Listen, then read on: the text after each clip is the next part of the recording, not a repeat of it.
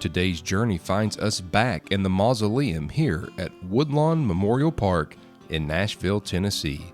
Without question, this is the most star-studded cemetery in the city, with several famous singers and entertainers resting here.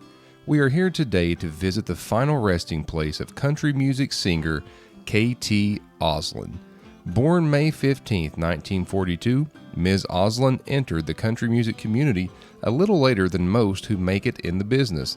She signed her first major record deal at age 45, which led to a string of hits in the 1980s. Although her music career started a little later than usual, make no mistake, her talent would shine through in other areas also.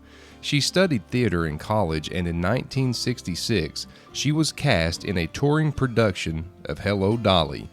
She then moved to New York City, where she would perform on Broadway.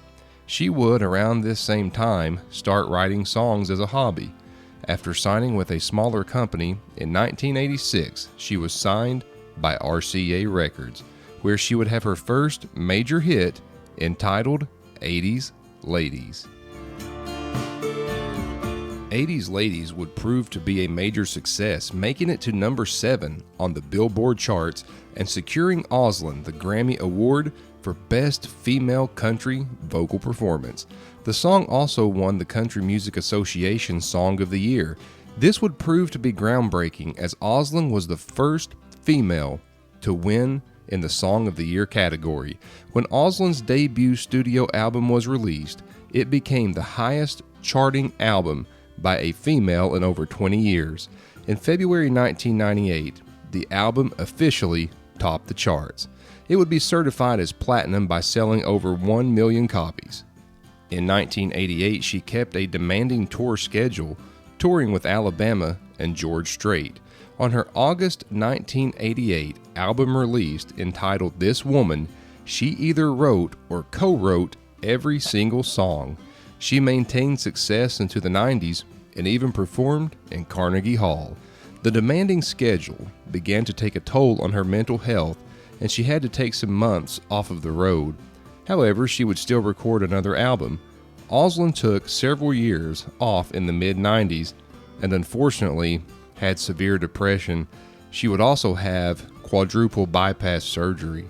She would have a few returns to music, but would eventually call it quits for good around 2015. Although she had several long-term relationships, she never married.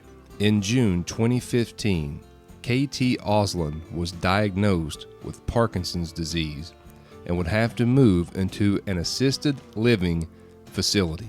On December 21st, 2021, Oslin passed away 1 week after being diagnosed with COVID. She passed at age 78.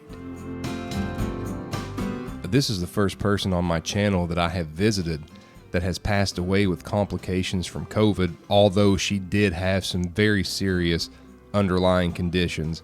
I was so honored to visit her final resting place, and you may have noticed that she is laid to rest just adjacent to Tammy Wynette. We will be visiting her in a future video, but another cemetery video of mine will be coming up on the screen soon.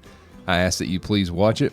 Please leave me a comment about Ms. Oslin and subscribe for all cemetery content from Nashville, Tennessee, in Woodlawn Memorial Park.